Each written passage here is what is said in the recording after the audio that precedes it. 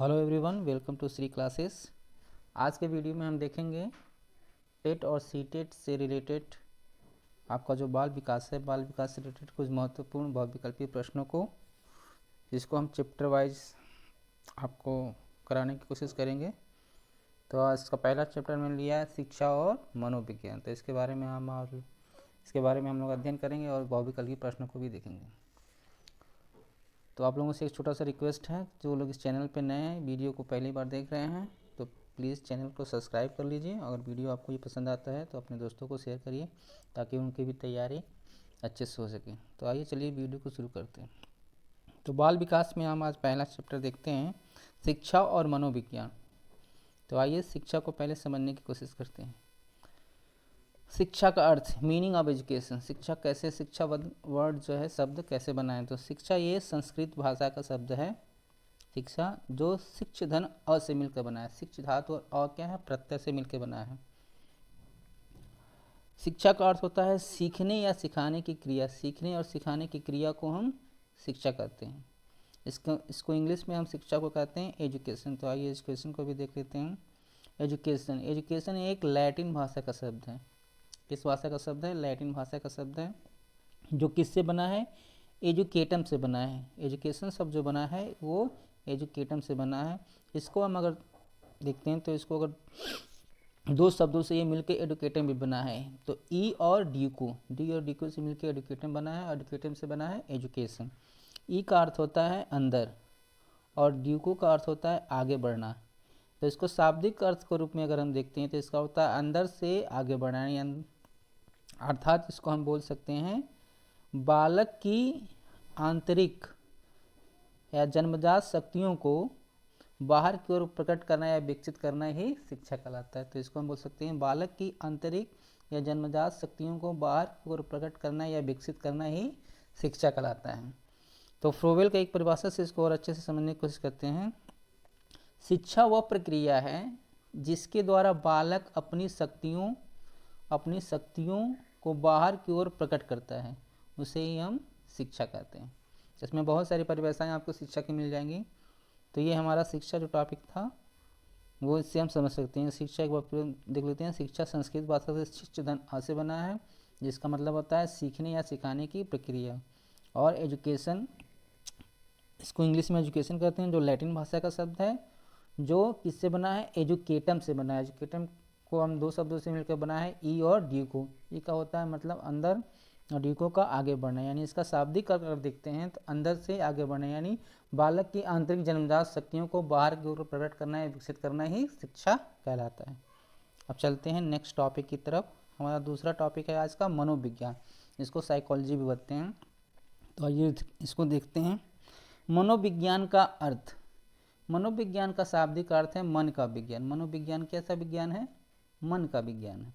इसको इंग्लिश में बोलते हैं साइकोलॉजी। साइकोलॉजी ये यूनानी भाषा का शब्द है, साइकोलॉजी, ठीक है।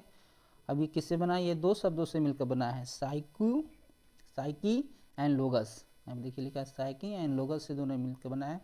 साइकी का मतलब होता है आत्मा और लोगस का मतलब होता है अध्ययन। यानी इसको हम अगर देखते हैं, ऐसे समझते हैं, तो इसका मतलब होता है आत्मा का अध्ययन, जिसको हम मन भी कहते हैं, चेतना भी कहते हैं, और व्यवहार, इसको थोड़ा आगे हम देखेंगे अभी। तो इसका शाब्दिक अर्थ देखते हैं तो इसको हम बोलते हैं आत्मा का अध्ययन। साइकोलॉजी मीन्स आत्मा का अध्ययन। अब आते हैं मनोविज्ञान के ऐतिहासिक परिदृश्य को देखते हैं कि मनोविज्ञान की कैसे इसका परिदृश्य बदला है। तो मनोविज्ञान की चार अवस्थाएं होती हैं, एक प्रथम अवस्था, द्वितीय अवस्था, तृतीय अवस्था, चतुर्थ अवस्था। जो प्रथम अवस्था है उसको हम बोलते हैं आत्मा का अध्ययन। 16वीं शताब्दी के आसपास सर्वप्रथम मनोविज्ञान को आत्मा के अध्ययन के विषय के रूप में परिभाषित किया गया था। कब किया गया था? जो कि लगभग 16वीं शताब्दी तक प्रचलित रहा, ठीक है। इसमें परंतु बाद में आत्मा की प्रकृति तथा अस्तित्व के संबंध में शंकाएं उत्पन्न होने लगी और यह परिभाषा अस्वीकार कर दी गई। तो इसके बाद ये द्वितीय स्थिति जब आए, द्वितीय अवस्था 17वीं शताब्दी के आसपास, इसको हम लोग मन का अध्ययन बोलने लगे। आत्मा के विज्ञान के रूप में अस्वीकृत किए जाने के पश्चात क्या हुआ? 17वीं शताब्दी में दार्शनिकों ने मनोवैज्ञानिकों को मन के विज्ञान के रूप में इसको परिभाषित किया। फिर इसके बाद जो अगला चरण आया वो 18 से 19वीं शताब्दी में तृतीय अवस्था जो थी वो चेतना का अध्ययन के आधार पर इसको परिभाषित किया गया। फिर उसके बाद 20वीं शताब्दी के आसपास इसको व्यवहार के विज्ञान के रूप में या व्यवहार के अध्ययन के रूप में इसको परिभाषित किया था। ये किसने किया था? ये किया था जे.बी. वाटसन ने। ठीक है। 20वीं शताब्दी के प्रारंभ में मनोवैज्ञानिकों ने मनोविज्ञान को व्यवहार के विज्ञान के रूप में स्वीकार कर लिया और दिशा में प्रथम प्रयास विलियम्स मैकडुगलस ने किया था। तो ये हमारी मनोविज्ञान की 4 अवस्थाएं होती हैं। अब इसको थोड़ा और अच्छे से समझने के लिए अब आगे चलते हैं। इसका विकास कैसे हुआ मनोविज्ञान का? तो मनोविज्ञान का विकास होता है जैसे 4 हमारे काल के रूप में इसको अगर विभाजित किया तो प्राचीन काल, मध्यकाल, आधुनिक काल और समकालीन काल। इसमें से भी क्वेश्चन आ सकते हैं आपके। तो प्राचीन काल में जो विचारक थे प्लेटो थे, अरस्तु थे, डेकार्टे थे, जिन्होंने मनोविज्ञान को विषय के रूप में आत्मा का विषय बनाया, यानी आत्मा, ठीक है, आत्मा का अध्ययन। फिर इसके बाद से दूसरा जो आता है पापोंजी ने इसे मन का अध्ययन को आधार मान करके मनोविज्ञान को परिभाषित किया।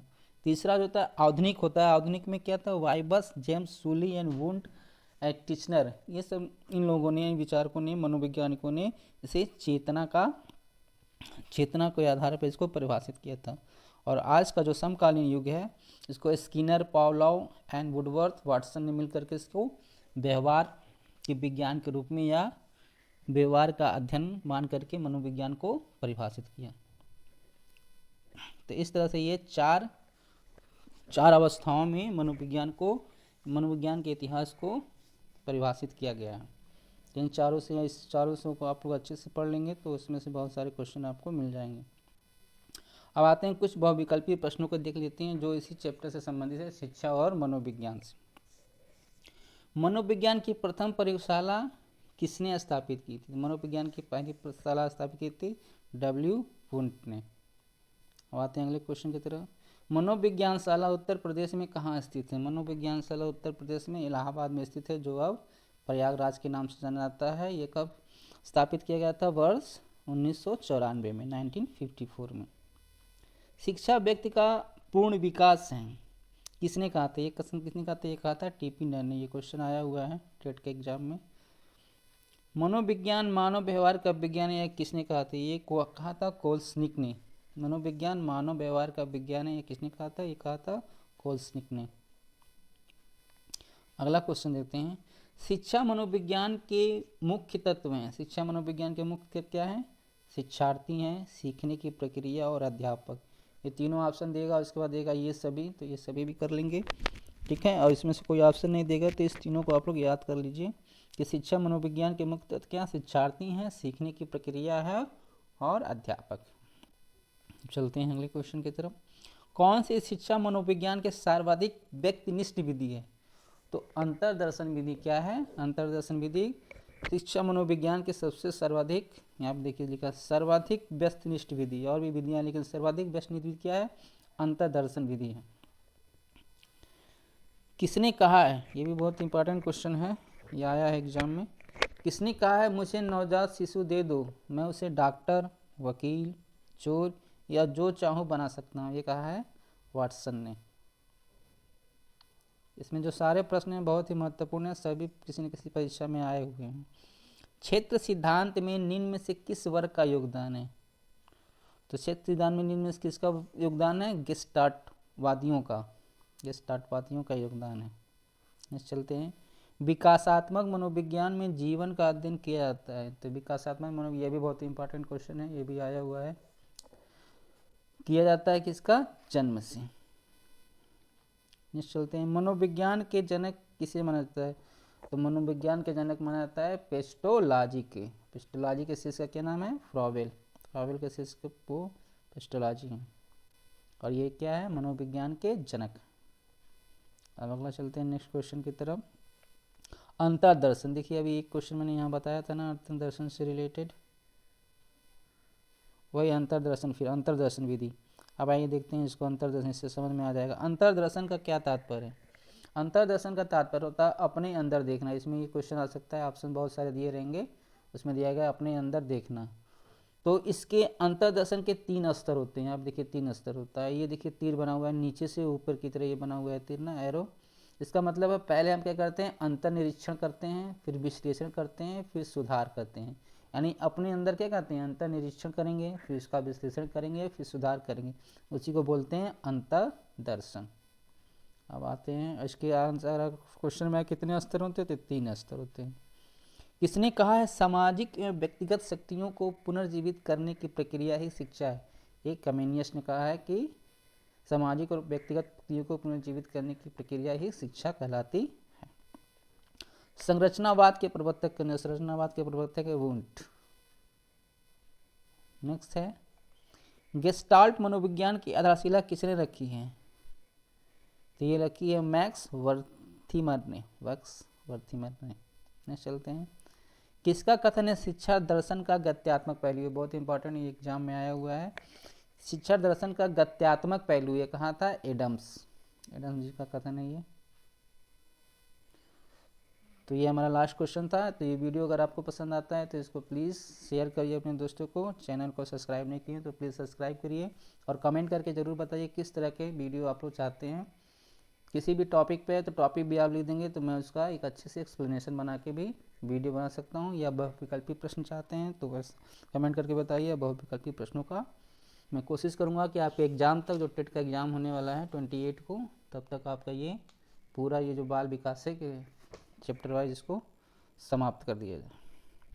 धन्यवाद।